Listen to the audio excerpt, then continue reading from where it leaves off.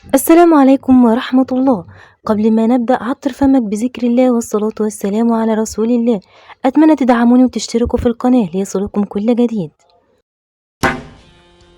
اذبحوا حسين الشحات. ده العنوان يا جماعه، حطوا لي صوره وعنوان كده، اكتبوا لي اذبحوا حسين الشحات عشان الناس تهدى. يعني انا معجب بالنادي الاهلي في حاجه. كل الناس لما تحب تتكلم عن المبادئ فتمتثل بالاهلي. يعني يا اهلي المبادئ موضوع كذا، امام مثلا، يا اهلي المبادئ حسين الشحات، يا اهلي محدش قال يا زمالك المبادئ او يا اسماعيلي المبادئ او يا مصر المبادئ او يا سيراميكا المبادئ او يا بيراميدز المبادئ. دايما اهل المبادئ فقط. يعني وكأن المبادئ هي حصريا، عارف لما بيقول لك حصريا لقناة كذا او هذا المسلسل حصريا في كذا، هو كده المبادئ حصريا للنادي الاهلي. وده على فكرة ميزة مش عيب، رغم انها ممكن تضايق. يعني الاهلاويه يطلع يقول لك ده بيزايدوا علينا بالمبادئ، حتى مسؤولين في الاهلي يقول لك بيزايدوا علينا طول الوقت بالمبادئ، وطول الوقت المبادئ وكانها السيف على رقابنا، وده كويس جدا. يعني لما تظل نظره الناس ان هذه القلعه الشامخه القويه الحمراء هي قلعه المبادئ، ده حاجه انا في رايي هايله جدا وحاجه محترمه جدا وتحسب لتاريخ النادي الاهلي ومن تولوا قيادات النادي الاهلي. فدايما الناس تيجي على اي حاجه، لو حد نفخ في شمعه يقول لك نفخت دي ليه؟ فين مبادئ النادي الاهلي؟ اوكي، لكن بس يعني الموضوع ياخد اكتر من كده. ده احنا ده يعني انا ما بحبش على فكره ادي امثله مشابهه. يعني انا مش هجيب لقطه باهر محمدي، ولو ان هي عندنا، لو عندنا هاتوها، وهو مع محمد هاني من كام اسبوع بس في ماتش الاهلي والاسماعيلي، وبرضه صفع محمد هاني على وشه، محدش اتكلم. وما اعرفش هل هاني خد عقوبه ولا هل باهر خد عقوبه ولا لا. يعني اللقطه اللي زي دي، فباهر محمدي ما اعرفش عمل ايه مع الجمهور بتاع الاهلي، فراح محمد هاني يعاتبه فصفعه. يبقى انت في بيراميدز، انت المسؤولين عايزين تصعيد، اوكي. جت الفرصه، لان انت لما انا بحسب الحسبه بدات ازاي وبتنتهي ازاي. كابتن هاني سعيد تصريحاته ما كانتش كده، غير تصريحاته 180 درجه، فده اوردر من الاداره، ماشي. من بقى الناس اللي ماسكين النادي، اصحاب النادي، من ممدوح عيد، من اي حد، ماشي. فعايز اقول اخطا حسين الشحات، اخطا، ياخد العقوبات التي معترف بيها في اللوائح ماشي. لكن اكتر من كده ندخلها بقى في قصص تانية، واهل المبادئ واهل القيم، واصله في المغرب قالوا، لدرجة ان في ناس نزلت بيان على لسان الاتحاد المغربي فيك، هنشوفه. قال لك ان الاتحاد المغربي غاضب جدا. الاتحاد المغربي اللي الجامعه المغربيه لكره القدم هناك اسمها كده، هناك في المغرب مش زينا. يعني هنا الاهلي منه لله، كسب كل حاجه فاعدائه زادوا جدا. ما هو كسبان كل حاجه، ما هو هنفطس الاهلي ازاي؟ هل نطلع له ولا نشده لتحت؟ نشده لتحت اسهل، لكن تجتهد وتشتغل وتعمل وتحاول تعالج اخطائك وتدير بشكل سليم وتشتغل فنيا بشكل سليم عشان توصل للي وصل له الاهلي وتنافسه وتعديه، ده صعب. فتعمل ايه؟ تشده. مين اللي يشده دلوقتي؟ اللي فايق بيراميدز. مين اللي هينافس الاهلي السنه الجايه؟ بيراميدز. مين اللي هيلعب مع الاهلي في دوري ابطال افريقيا؟ بيراميدز. فده خطه حاططها بيراميدز، اوكي، هم حرين يعني. لكن انت هتتخطى الجانب الرياضي في الموضوع، تدخلنا بقى في المغرب وفي الشعب المغربي والجماهير المغربيه، نقول لك لا يا حبيبي، ستوب، هنا مش موافقين. ادي اهو بيان، ده بص، بلاغ الجامعه الملكيه المغربيه لكره القدم. هي اسمها الجماعه الملكيه اصلا؟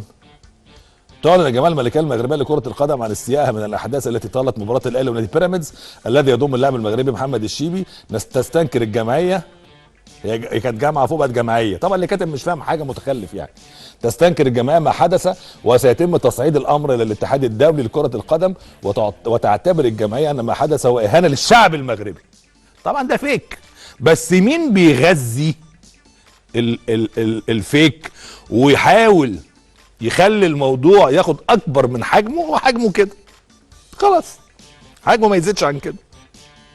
اخطا اخطا، يتحاسب يتحاسب، يتوقف ان شاء الله 300 مباراه، اهلا وسهلا، بس مش اكتر من كده. ايه اللي دخل الشعب المغربي؟ وده بيان فيك، مين اللي عامله ده؟ وعامله عشان ايه؟ وغرضه ايه؟ والناس تتناقله ليه على السوشيال ميديا وكانه حقيقي وكومنتات وتعليقات وناس تخش من هنا وتتشير لصحافات في المغرب وتخش اخوه مغاربه وشيبه حصل ايه دي. بس في المغرب الناس عاقله عارفه نرفزه ملعب الشيب. وعلى فكره ما الشيبي عمل للجمهور كده، ان الاهلي حجمه قد كده استفز الجمهور. هتقول لي دي مع دي يعني دي مش زي دي، هقول لك مظبوط انا معاك، بس استفزاز في اطار الاستفزاز مع الاهلي انه خسران. تبرير مش تبرير، بس برضه الشيبي مش ملاك يعني. من كاس السوبر ما احنا شفنا المواقف اللي كانت بتحصل كاس السوبر او الماتش بتاع امبارح انتهى. انما الناس عايزه تفعص تفعص تفعص تفعص في الموضوع. وحسين الشحات ما هو في ناس على فكره بتتكلمش بتتخانق في الموضوع ده لاجل المبادئ، لا ده هي فرصه للنيل من الاهلي او النيل من حسين الشحات. مش عايز اظهر للمره الالف وكاني ادافع عن حسين الشحات. حسين الشحات ياخذ من حق بيراميدز ان تاخذ وتسلك كل المسالك القانونيه في هذا الاطار وليس اكثر منه. هتخرج بره الاطار ده، انا بقول لك الكلام ده لممدوح عيد والناس بتاعت بيراميدز، لان انا لو قعدت اتكلم على المبادئ واطلع في بيراميدز وافعص هلاقي 300 حاجه ضد المبادئ من ايام قصه احمد حسن كوكا في النادي الاهلي من ممدوح عيد لغايه النهارده. فمش عايز اقعد افعص في الكلام ده، محدش يقعد يزايد، لان اللي بيشتغل بالمبادئ لنفسه ولا بيشتغلش للمبادئ برضه لنفسه. يعني مش عايز اتكلم في مواضيع خارج الاطار. اخطا نذبحه خلاص. ده بقول لك ده بيتقال ان الاهلي هيطرده، يعني اتقال ان الاهلي هيطرد حسين الشحات وده مش صحيح، وان كابتن الخطيب عامل اجتماع بكره عشان يخلص من حسين الشحات نهائيا وده مش صحيح. طب يخلص منه الاهلي ازاي؟ طب حتى لو اتكلمت كورق وكعقود وكبزنس وكمصالح، طب ده لسه ماضي والراجل ومجدد، طب هيمشيه زي الاهلي يعني؟ يعني انما ربما يكون في راي اتقال جوه النادي الاهلي من احد ما، ربما يعني ممكن كل واحد ليه رايه يعني، لكن كاداره ما فيش الكلام ده. كاداره النادي الاهلي ما فيش الكلام ده. الاهلي عنفته عنفته، الاهلي لامته لامته، الاهلي اداره الاهلي يعني اداره الكوره في الاهلي عاقبته عاقبته. بيلقى كل اللوم من الجهاز ومن الجانب الاداري، بيلقى كل اللوم من الجهاز بس. انما الاهلي هيذبحه مش هيذبحه على فكره، مش هيذبحه. فبس عشان ايه انا مش عايز اجيب 300 مثال، ما بحبش الطريقه دي.